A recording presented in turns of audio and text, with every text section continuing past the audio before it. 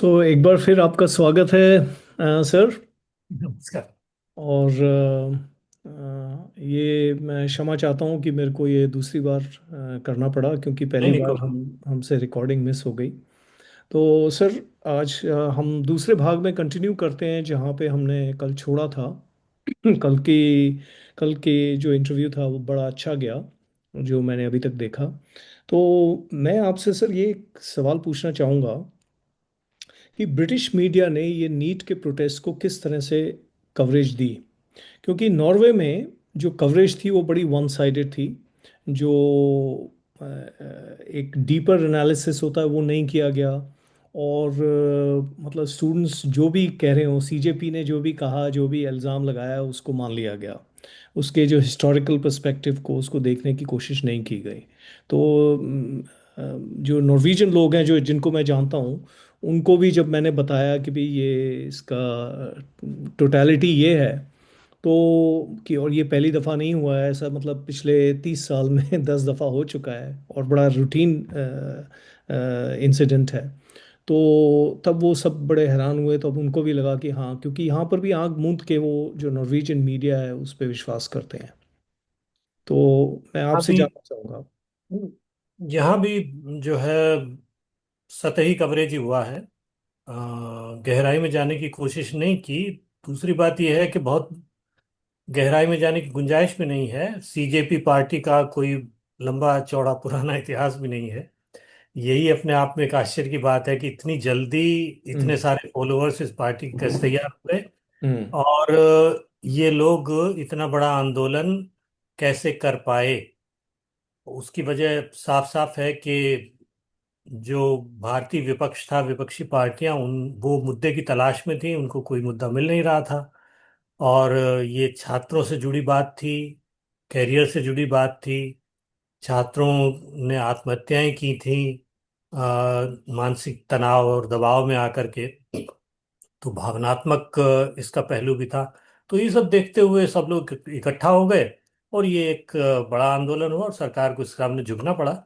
अ, ये सब बातें मेरे ख्याल से कवरेज में कहीं न कहीं आई हैं, लेकिन इसके पीछे कौन है, क्या उद्देश्य है, फंडिंग कहाँ से हो रही है, और सीजेपी वालों ने जो दावा करते थे कि ये शांतिपूर्ण आंदोलन होगा, इसमें दूसरे किस तरह के तत्व शामिल हुए, किसने क्या किया, इसकी गहराई में कोई नहीं गया। लगभग 2000, 100, 200, 2100, 2200 के करीब या 2800 के करीब ऐसे लोग थे जिनके क्रिमिनल बैकग्राउंड्स थे, जी। जिनके बारे में बाद में खुलासा हुआ।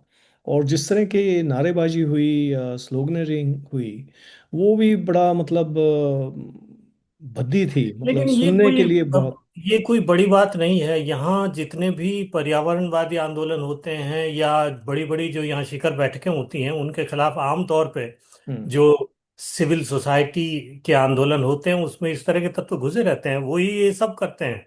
हम्म। ठीक है कि हिंसा इतने बड़े स्तर पे नहीं होती, लेकिन हाँ, हाय हुल्ला, नारेबाजी और ऊट पटांग नारे, और कई जगह तोड़फोड़ भी होती है। तो इस तरह के आंदोलन में इस तरह के तत्वों का घुसना कोई नई बात नहीं। चलिए, अब आपको मैं एक आपका ध्यान एक और तरफ आकर्षित करूंगा।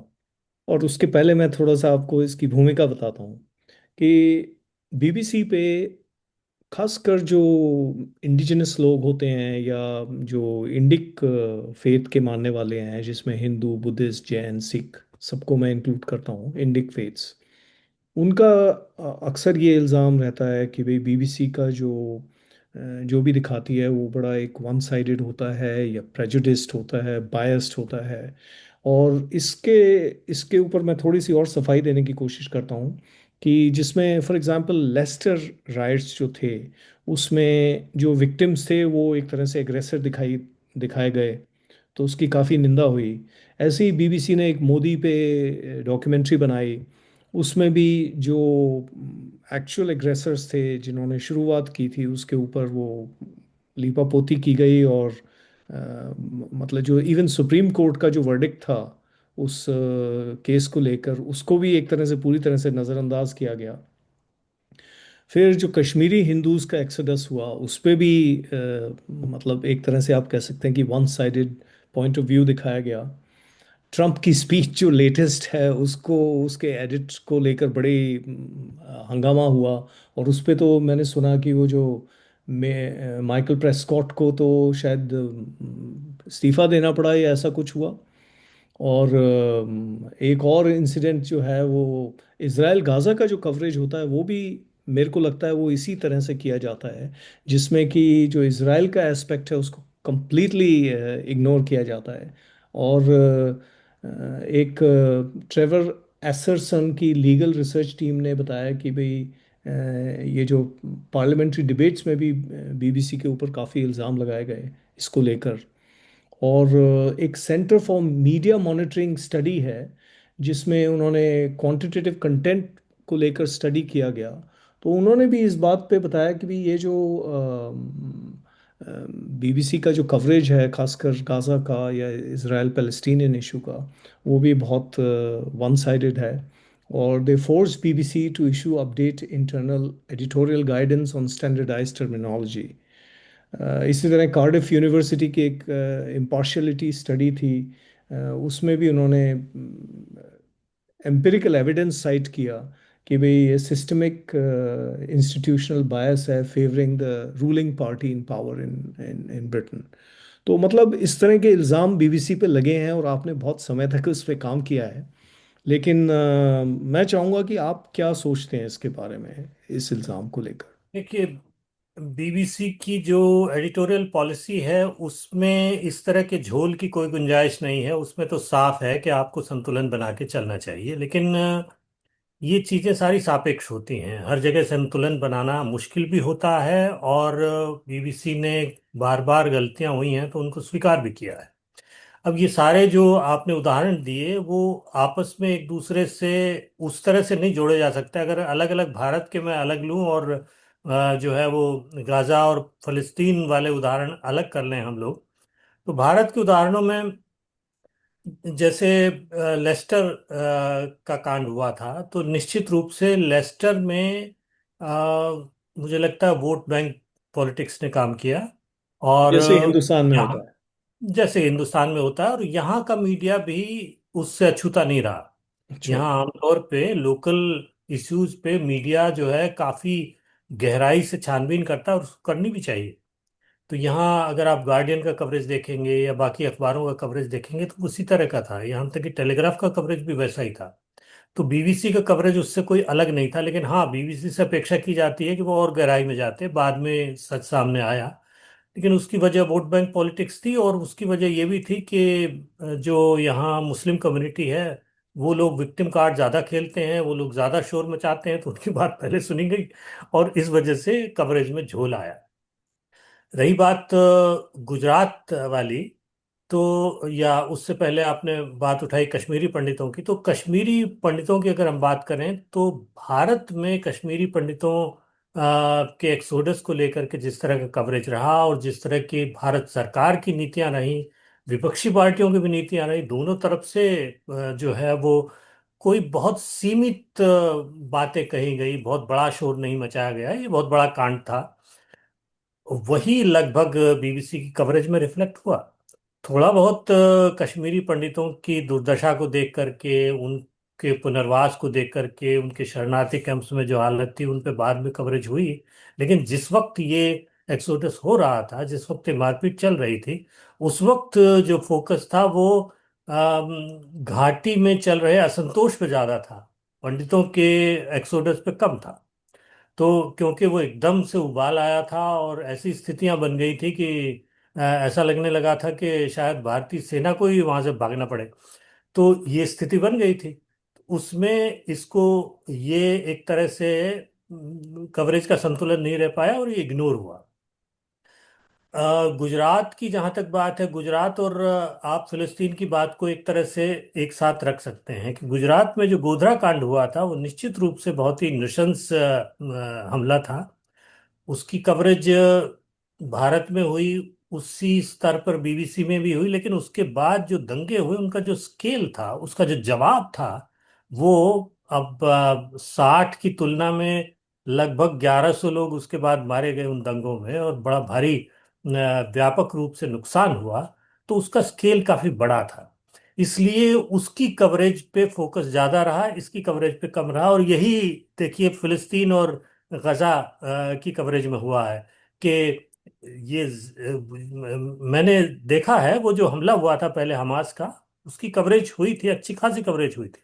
लेकिन उसके बाद उसका जिस तरह से जवाब इसराइल ने दिया, और मतलब 60-70 हजार लोगों का मार देना, और कंप्लीटली पूरी की पूरी आबादी, पूरी की पूरी सारी की सारी इमारतों को खत्म कर देना, तो वो डिस्प्रपोर्शनेट है।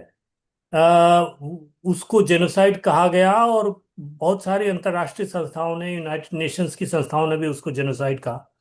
तो उसका उसी प्रोपोर्शन में कवरेज हुआ, तो वो असंतुलन आपको दिखाई देगा, लेकिन उस असंतुलन की वजह है, तो गुजरात वाले असंतुलन की भी वजह, उसकी भी वजह है।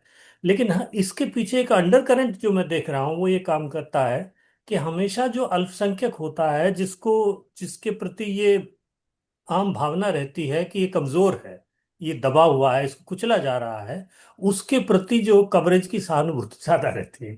इसलिए भारत में भी चाहे वो मुस्लिम हैं, चाहे वो सिख हैं, चाहे वो कोई और हैं, उस मामले में कश्मीर के पंडित भी अल्पसंख्यक ही माने जाने चाहिए, लेकिन वो एक ऐसा नुआंस है जो भारतवासी ज्यादा समझते हैं, भारत बाहर वालों को उतना समझ में नहीं आता। तो उसका उसी तरह से कवरेज होना चाहिए था, नहीं हुआ। लेकिन जो अल्पसंख्यकों के प्रति सहानुभूति रखना, कमजोर वर्ग के प्रति सहानुभूति रखना, ट्राइबल्स के प्रति सहानुभूति रखना, ये पॉलिटिकल कवरेज में, हर तरह की पॉलिटिकल कवरेज में आपको ये अंडर करंट दिखाई देता है, और ये बीबीसी की कवरेज में भी है। तो इस तरह का असंतुलन आप कह सकते हैं कि रहा है। क्योंकि उसकी वजह है मेरे अगर ख्याल आप से नीतिगत कोई इस तरह की पॉलिसी नहीं है कि आपको ऐसा करना है। क्योंकि अगर आप देखें कि अगर माइनॉरिटीज़ को फेवर करने की बात है, तो फिर ये जो सिख और हिंदू पाकिस्तान में या बांग्लादेश में या अफ़गानिस्तान में जो प्रताड़ित हैं, उनके उनको फिर क्यों नहीं दिखाया जाता? होता है, उनका भी होता है, लेकिन उनकी आवाज, उनकी जो पीड़ा है, उनकी जो यातना है, उसकी आवाज उठाने वाला वहां कोई नहीं है। अब उसके लिए बीबीसी को ये करना पड़ेगा कि बीबीसी को जो है अपने संवाददाताओं की पूरी सेना या तो भेजे पाकिस्तान में और अफगानिस्तान में, तब जाकर के उसके साथ न्याय हो सकता है। हम्म। वहां का जो लोकल मीडिया है, वहां उनके जो लोकल नेता हैं, वो ये बात पूरी जोर शोर से कह नहीं पाते हैं, उनके पास स्ट्रेंथ नहीं है, या उनको इसकी आजादी नहीं। कवरेज तो होता है पाकिस्तान में हिंदू माइनॉरिटीज के साथ, और क्रिश्चियन माइनॉरिटी, खासकर क्रिश्चियन माइनॉरिटीज के साथ जो जुल्म हुए हैं, उनकी कवरेज होती है। लेकिन आपकी बात सही है, भारत में जो मुस्लिम कम्युनिटी के पर जो अत्याचार होते हैं, जैसे लिंचिंग वगैरह की जिस तरह की कवरेज होती है, वैसी कवरेज पाकिस्तान में माइनॉरिटीज के ऊपर होने वाले अत्याचारों की नहीं होती, अफगानिस्तान में होने वालों की भी नहीं होती। ये तुलनात्मक अंतर है, और इसकी या वजह मुझे लगता है कि जो सोर्स एक तो कमजोर हैं, और दूसरे वहां से वहां इस तरह की आवाज उठा, क्योंकि अल्टीमेटली बीबीसी को कोई न कोई तो आधार तो बनाना पड़ेगा ना। आप खासकर आजकल हम टीवी कवरेज की, पिक्चर्स की बात करते हैं, तो पिक्चर्स आएंगी कहाँ से? कोई शूट करेगा, कोई बताएगा, कोई रिकॉर्ड करेगा, तभी तो आपको बेस मिलेगा ना। अदरवाइज वो कनकोक्टी स्टोरी जैसी हो जाएगी। तो तो आप ये जो उसको अब कश्मीर में चल रहा है, मतलब पाकिस्तान ऑक्यूपाइड कश्मीर में अभी जो इसकी कवरेज हो फायरिंग रही है, इंसिडेंट्स हो रहे हैं, इसकी तो कवरेज हो इनका रही है, कवरेज आपके हिसाब से वैसे ही हो रहा है जैसे कि इंडिया में कश्मीर में जब कुछ लगभग होता वैसा ही है? हो रहा है। अच्छा। हालांकि पाकिस्तान ने काफी जो है उस पर पाबंदियां लगा दी हैं, हम्म। मीडिया को जाने से पाकिस्तान रोक रहा है, लेकिन हम्म। इसकी कवरेज अच्छी हुई। और बलूचिस्तान का भी अच्छे से कवरेज है बीबीसी में? बलूचिस्तान का अच्छे से कवरेज इसलिए नहीं है कि बलूचिस्तान की कवरेज की एक्सेस नहीं है, वो बहुत ही दुर्गम इलाका है। हम्म। वहां की कवरेज करने के लिए आपको फिर जो है वो उसी तरह के रिसोर्सेज चाहिए जो बीबीसी के पास नहीं। हम्म।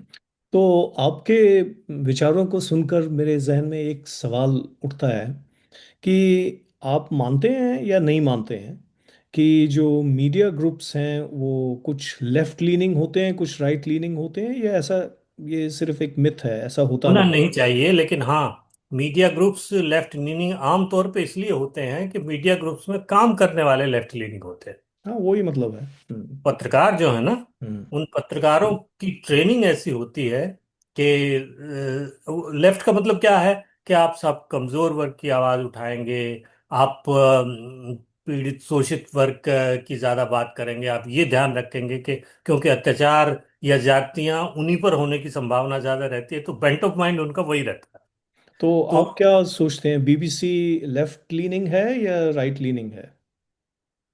होना तो नहीं चाहिए, लेकिन बीबीसी लेफ्ट लीनिंग है निश्चित रूप से। Okay, thank you. अब हम आते हैं कल का जो हमारा जो एस्पेक्ट छूट गया था हमारे डिस्कशन में उसकी तरफ, कि आपके विचार में कौन से ऐसे एजुकेशनल रिफॉर्म्स हैं जो कि इस टाइम, क्योंकि अभी लोहा गर्म है, अभी अभी एजिटेशन होके हटा है, और मेरे ख्याल से दोनों समाज में भी और सरकार में भी इस टाइम पे जो भी हम रेवोल्यूशनरी रिफॉर्म्स अगर लाना चाहें तो उसके लिए एक कैप्टिव ऑडियंस मौजूद है। देखिए, एग्जाम्स की एंटिटी रहना जरूरी है, ये बात सही है, लेकिन ये समस्या का केवल, जिसे कहते हैं कि ये टिप ऑफ द आइसबर्ग है।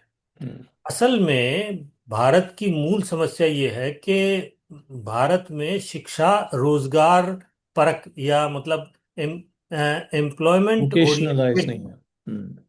एम्प्लॉयमेंट ओरिएंटेड नहीं है।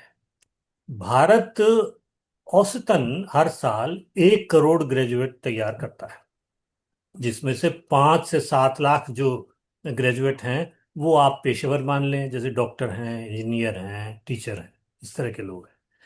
बाकी जो बच गए लगभग 90 लाख, वो क्या बनते हैं?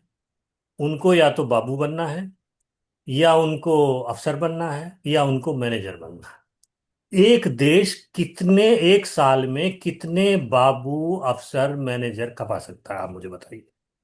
तो ये सीधा सीधा मतलब, ये तो ऐसा सवाल है, ये ऐसा एलिफेंट है जो कमरे में सबके सामने खड़ा हुआ है, अगर आप इसे नहीं देखेंगे तो समस्याएं पैदा होंगी। तो उसकी वजह से बेरोजगारी की भयानक ये जिसे डेमोग्राफिक डिविडेंड हम अब तक कहते आए हैं कि साहब, यंग आबादी है भारत की, काम करने वाले हम्म। हाथ ज्यादा हैं, खाने वाले जो मुंह हैं वो कम हैं, तो इसका भारत को फायदा मिलेगा। और फायदा तो तब मिलेगा जब वो काम करने के लिए उनके पास काम होगा, उनको हम्म। आप काम करने लायक बनाएंगे। काम बिल्कुल करने लायक नहीं बनाएंगे तो आज जिसे आप वरदान कह रहे हैं वो अभिशाप हो जाएगा कल को। बिल्कुल। तो यही हो रहा है धीरे धीरे, और इसकी बहुत सख्त जरूरत है। और ये आजादी के जमाने से ही इस पे बात तो बहुत होती है, काम नहीं हुआ है बिल्कुल। ये काम स्कूल के लेवल से ही शुरू हो जाना चाहिए। हम्म। जैसे अब अगर आप उदाहरण की बात करें तो यूरोप में जो है वो मुझे लगता है जर्मनी से अच्छा कोई उदाहरण नहीं है। हम्म। जर्मनी में इसे डुअल एजुकेशनल सिस्टम कहते हैं, हम्म। जिसमें वोकेशनल और स्किल बेस्ड एजुकेशन को 7th स्टैंडर्ड से ही इंट्रोड्यूस कर दिया जाता है। हम्म। यानी 7वीं 6ठी जमात तक आपको बेसिक एजुकेशन दी जाती है सबको बराबर, और उसके बाद एक तो जर्मनी में जो है एजुकेशन वैसे भी फ्री है। तो हम्म। हमारे यहाँ कहने को तो भारत में एजुकेशन फ्री है, हम्म। लेकिन अच्छी एजुकेशन फ्री नहीं है। इसीलिए इतने सारे प्राइवेट, मतलब आप यहाँ यहाँ के बच्चा पैदा हुआ नहीं और उसको नर्सरी क्लास से लेकर के ही प्राइवेट स्कूलों में लोग भेज। अगर किसी के पास जरा सी भी क्षमता है तो वो पेट काट लेगा, मजदूरी कर लेगा, लेकिन अपने बच्चे को प्राइवेट स्कूल में भेजेगा। क्यों भेजेगा भाई? करेक्ट। क्योंकि सरकारी स्कूलों की हालत बहुत खराब। हम्म। तो आप पहली बात तो एजुकेशन का आप स्टैंडर्ड सुधारिए। आप सबको ऐसी एजुकेशन दीजिए जो प्राइवेट स्कूलों से कमजोर नहीं तो उससे बेहतर हो। प्राइवेट स्कूल अपने आप बंद हो जाएंगे, उनकी जरूरत ही नहीं पड़ेगी, तो फिर हम्म। सरकारी स्कूल में भेजेंगे सब लोग। हम्म। तो बजाय इसके कि आप लोगों को पैसा दे रहे हैं, आप अनाज दे रहे हैं, आप फलाना दे रहे हैं, आप इस तरह की सब्सिडी दे रहे हैं, उस तरह की सब्सिडी दे रहे हैं, उस सब्सिडी देने की सबसे बड़ी सब्सिडी ये है कि आप हाई स्टैंडर्ड स्कूल एजुकेशन सबको मुहैया कराएं। अभी तो आप फ्री की बात कर रहे हैं, लेकिन आपकी सब स्टैंडर्ड एजुकेशन है, पहली बात। दूसरी बात यह है कि उस एजुकेशन को आप एम्प्लॉयमेंट ओरिएंटेड बनाएं, यानी उसमें स्किल की एजुकेशन भी हो, उसमें वोकेशन की एजुकेशन भी हो, ताकि ये जो 90 लाख ग्रेजुएट आप तैयार कर रहे हैं, इन 90 लाख ग्रेजुएट्स को काम करने, इनके पास काम करने की स्किल हो, अपना काम करने की स्किल हो, अगर इनको किसी फैक्ट्री में या किसी इंडस्ट्री में नौकरी नहीं मिलती है तो। तो हम्म। ये अपना धंधा शुरू कर सके। पहले क्या होता था, पहले ये है कि काम धंधे जो है वो परिवार के पुश्तैनी परंपरा से चलते आते थे। दर्जी का बेटा जो है वो कपड़े सीना सीख जाता था, हम्म। खाती का बेटा जो है वो बढ़ई करना सीख जाता था। इसी तरह से तमाम तरह के जो स्किल हैं, आप, सबसे बड़ी समस्या इस वक्त भारत में एनवायरनमेंट की बात करें तो ड्रेनेज की है। तो क्यों नहीं हमारे यहाँ जो है लाखों आप ग्रेजुएट ऐसे पैदा कर रहे जो ड्रेनेज में ही एक्सपर्ट हों। प्लम्बर्स की और ड्रेनेज एक्सपर्ट्स, ड्रेनेज इंजीनियर्स की सबसे ज्यादा जरूरत है। आप प्लम्बर का नाम ले लें, ड्रेनेज इंजीनियर का नाम ले लें, लोगों की बहुत नाक चढ़ जाती है कि साहब ये तो पढ़ लिख करके मैं ड्रेनेज का काम करूंगा क्या। तो ये जो मानसिकता तब बदलेगी जब आप इस तरह के स्किल बेस्ड एजुकेशन बनाएंगे। एजुकेशन का आप को सातवीं आठवीं जमात से ही मॉड्यूलाइजेशन करना पड़ेगा। आप मॉड्यूल बनाइए, उन मॉड्यूल्स को जो है लोग उन मॉड्यूल्स में अपीयर हों, उनमें अनलिमिटेड चांस दीजिए। और वो अल्टीमेटली वो स्किल्स जब लोगों के पास आ जाएं तो उनमें ये बेसिक आप क्राइटेरिया बना सकते हैं कि आपने 10 मॉड्यूल किए, अलग अलग क्षेत्र के मॉड्यूल आप कर सकते हैं तो आप ग्रेजुएट हो गए। उस ग्रेजुएट की और एकेडमिक स्ट्रीम से जो ग्रेजुएट बनता है उसकी बराबर की जो है मान्यता होनी चाहिए और बराबर की इज्जत होनी चाहिए, बल्कि उसको जल्दी काम मिलेगा।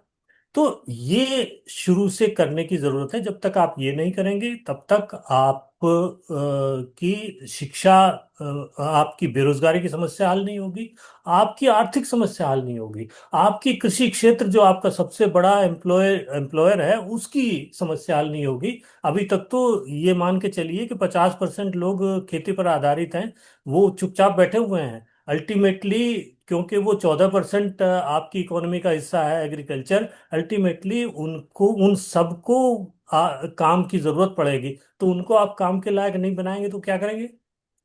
तो ये सारी चुनौतियां हैं जिनके ऊपर गंभीरता से सरकार को, विपक्ष को और ये जो छात्र आंदोलन करते फिर रहे हैं इन सबको बैठकर सोचने की जरूरत है। इनके लिए टीचर्स कैसे हों, स्कूल्स कैसे हों, कैसे जो है वो उनका आप सुधार की बात करें, टीचर्स यूनियन हड़ताल लेकर के खड़े हो जाएंगे, साहब हमको तो नहीं करना है ये, हमें आपने जो है सिखाया नहीं, हम तो जो है वो परमानेंटली यहाँ पर एम्प्लॉय हुए हैं और हमारे पास स्किल्स हैं, जो स्किल्स हैं उन्हीं का आप इस्तेमाल कीजिए। आप ये कहेंगे कि हम नई स्किल सीखे तो कैसे सीखेंगे, अब हम क्या करेंगे, कैसे करेंगे। तो ये सारी समस्याएं आने वाली हैं, इन हम्म। समस्याओं का हल कैसे होगा, इस पर एक आम सहमति बनने की जरूरत है। तभी जाकर के देश में ये कोई न कोई समाधान निकलेगा। खाली हड़तालबाजी करने से, नारेबाजी करने से और आपने एक सुधार कर दिया, ये जो क्या कहते हैं बिट्स में छोटे छोटे सुधार करने से कुछ नहीं होगा।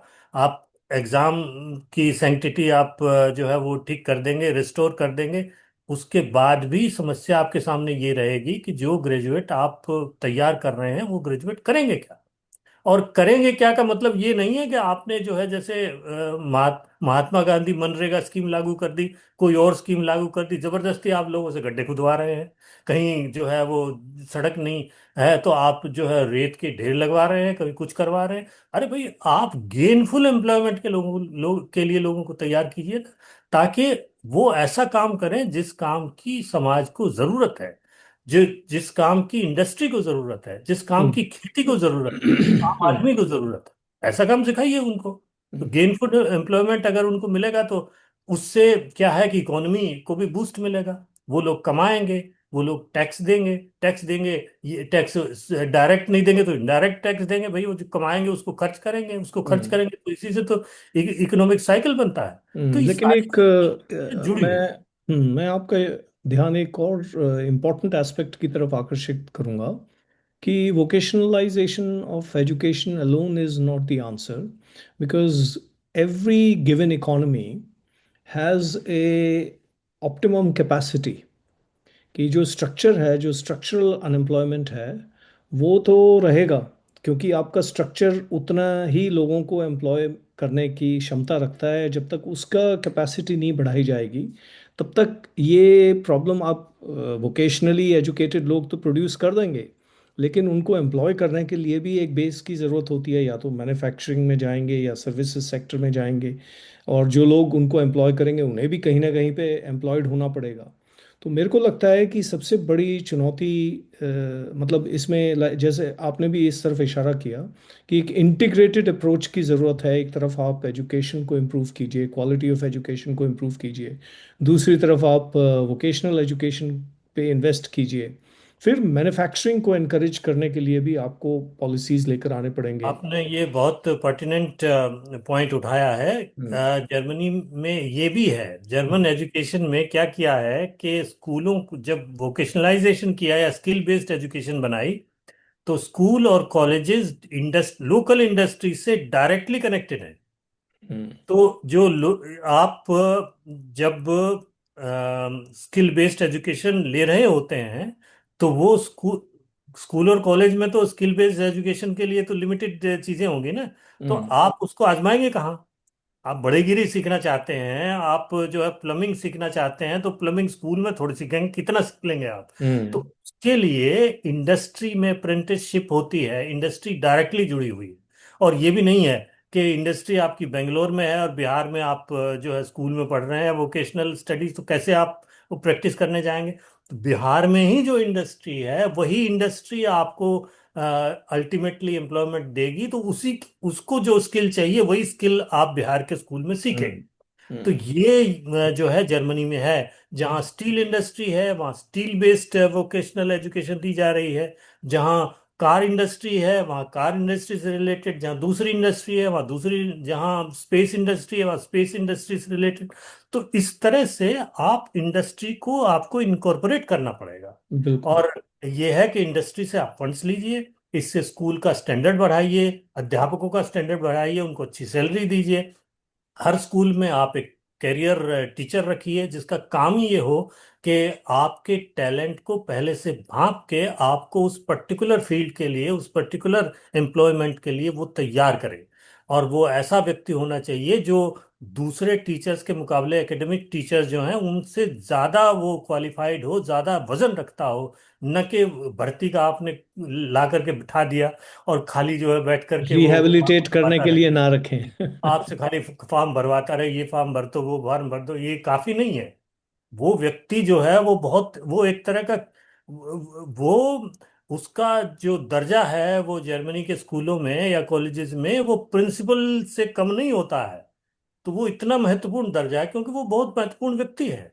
वो आपके पूरे करियर को, आपके स्किल बेस्ड को इंडस्ट्री से जोड़ता है, वो एक तरह का पुल है। तो इस हम्म। तरह के पुल टीचर्स बनाइए आप, उनको एम्प्लॉयमेंट दीजिए, इससे एम्प्लॉयमेंट भी बढ़ेगा। और जो आपके जो ग्रेजुएट्स हैं वो गेनफुल एम्प्लॉयमेंट में जा पाएंगे। हम्म। तो ये आपने सही बात कही कि इंडस्ट्री को आपको डायरेक्टली एजुकेशन से जोड़ने की जरूरत है। हम्म। चाहे वो इंडस्ट्री का मतलब खाली कारखाना नहीं है, इंडस्ट्री का हम्म। मतलब खेत भी होता है, इंडस्ट्री का मतलब फार्म भी होता है। जहाँ फार्मिंग हो रही है, जैसे पंजाब है, पंजाब में अगर बड़े बड़े फार्म हैं तो आप वहाँ फार्म बेस्ड एजुकेशन दीजिए, क्योंकि कल को आप एम्प्लॉय होंगे, उसके बाद आप फार्मिंग करेंगे, तो फार्मिंग में आपको इनोवेट करना होगा, आप कुछ नई चीज कीजिए, वहाँ नई चीज पैदा कीजिए, उसको बेचिए और उससे कमाइए। तो केवल और अपनी, रिलेटेड इंडस्ट्रीज बहुत होती हैं, मतलब बहुत होती है, और केवल अपनी सीमा ही नहीं है भाई। चीन ने क्या किया है? सारा माल जो चीन बना रहा है खुद थोड़ा खा रहा है, पूरी दुनिया में बेच रहा है। तो स्काई इज द लिमिट। आपके पास अगर स्किल है, आप वाजिब दाम पे अच्छी क्वालिटी का माल अगर compete करके आप बना सकते हैं, पूरी दुनिया में बेच सकते हैं। कोई देश इतिहास में बिना अपना माल बाहर बेचे अमीर नहीं बना है। हम्म। हम्म। भारत को ये सीरियसली इस पे गंभीरता से सोचना चाहिए कि केवल अपने यहाँ माल बेच करके, ठीक है आप अंदर से कुछ लोग अमीर बन जाएंगे, कुछ लोग गरीब बन जाएंगे, वो अलग बात है। लेकिन पूरे देश की आर्थिक स्थिति अगर सुधारनी है तो वो तभी सुधरेगी जब आप जितना माल खुद बनाते हैं, खुद इस्तेमाल करते हैं, उससे दुगना माल बाहर बेचें। तभी तो पैसा, हम्म। तभी तो आपका पैसा बाहर से अंदर आएगा, तभी हम्म। आपका जो है जीवन स्तर ऊपर उठेगा। तो हम्म। ये बेसिक चीज है। हम्म।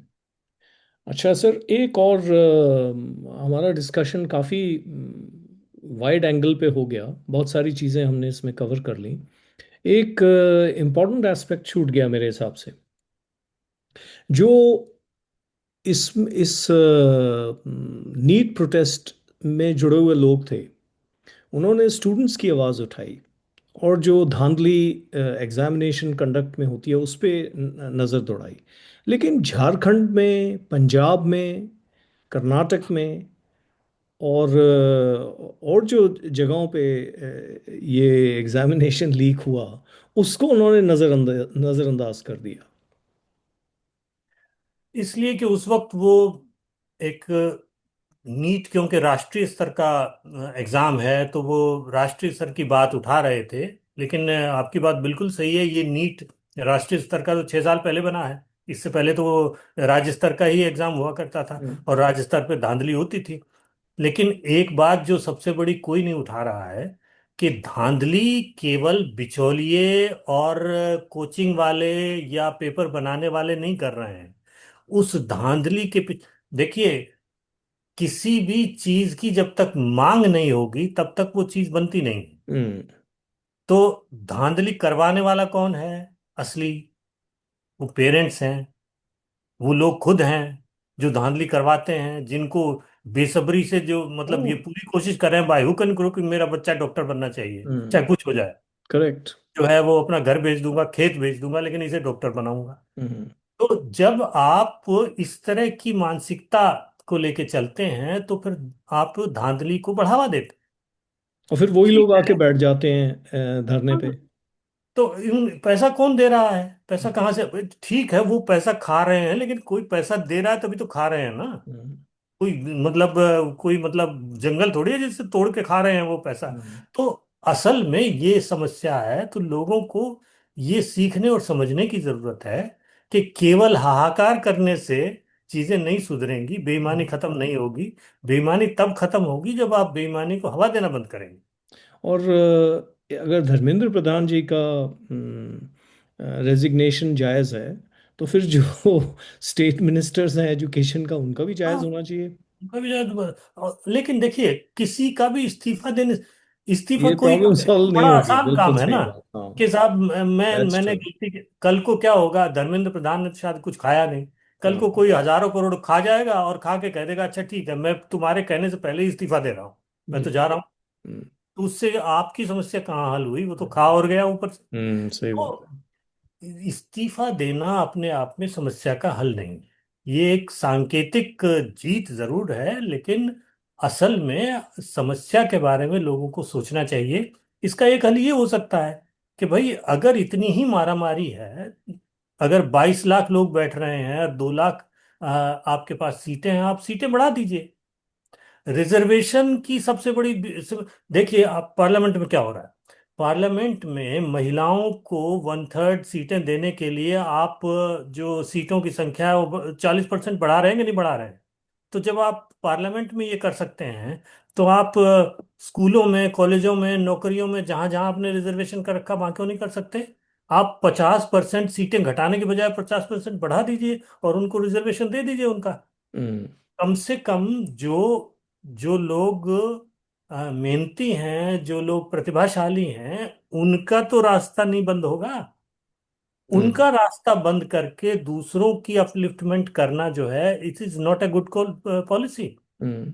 लेकिन वो सीटें बढ़ाने से फिर वो इंस्टीट्यूशंस जो उन्हें एब्जॉर्ब करते हैं, उनमें टीचर्स बढ़ाने पड़ेंगे, इंफ्रास्ट्रक्चर बढ़ाना बढ़ाइए, पड़ेगा, तो मतलब वो तो बढ़ाइए। लॉन्ग टर्म रिफॉर्म हो सकता है।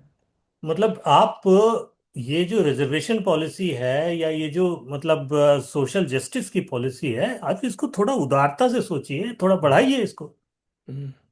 तो ये एक हल हो सकता है कि जिससे मारामारी थोड़ी कम होगी। आप सीटें हैं जैसे, क्या अब 1 लाख डॉक्टरों की जरूरत है क्या भारत को? भारत को तो पता नहीं कई लाख डॉक्टरों की जरूरत है हर साल। हम्म। अभी भी रूरल एरिया में जाए तो डॉक्टरों की कमी है, सारे शहर में बैठे रहते हैं।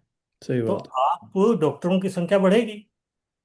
और दूसरी बात यह है कि ये जो भारत में हो रहा है, आप जो है वो अ, खैर, जो आम ग्रेजुएट है वो तो कहीं नहीं जा पा रहा। लेकिन जो टॉप क्लास आपके ग्रेजुएट्स हैं, जो स्किल्ड ग्रेजुएट्स हैं, है। एमबीए हैं, जो इंजीनियर हैं, जो डॉक्टर हैं, जो जो है आपके टेक्नोलॉजिकल एक्सपर्ट्स हैं, उनको तैयार कर करके आप एक तरह से एक्सपोर्ट कर रहे हैं पूरी दुनिया में। हम्म। वो अमेरिका जा रहे हैं, वो यूरोप जा रहे हैं, वो तमाम देशों में जा रहे हैं, वहाँ उनको अच्छी अच्छी नौकरियां मिलती हैं, इसलिए वो जा रहे हैं।